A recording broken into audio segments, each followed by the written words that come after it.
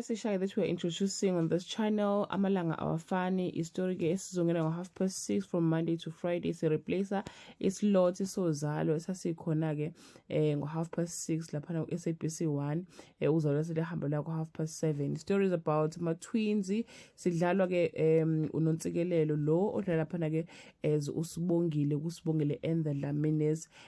She's the main character, guys, and her twin.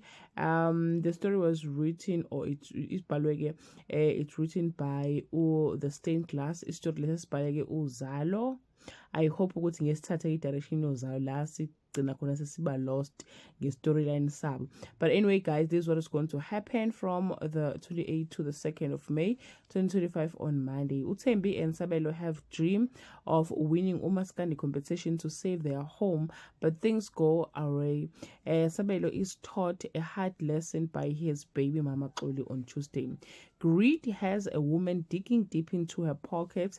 A young man is caught in a web of his own lies on Wednesday.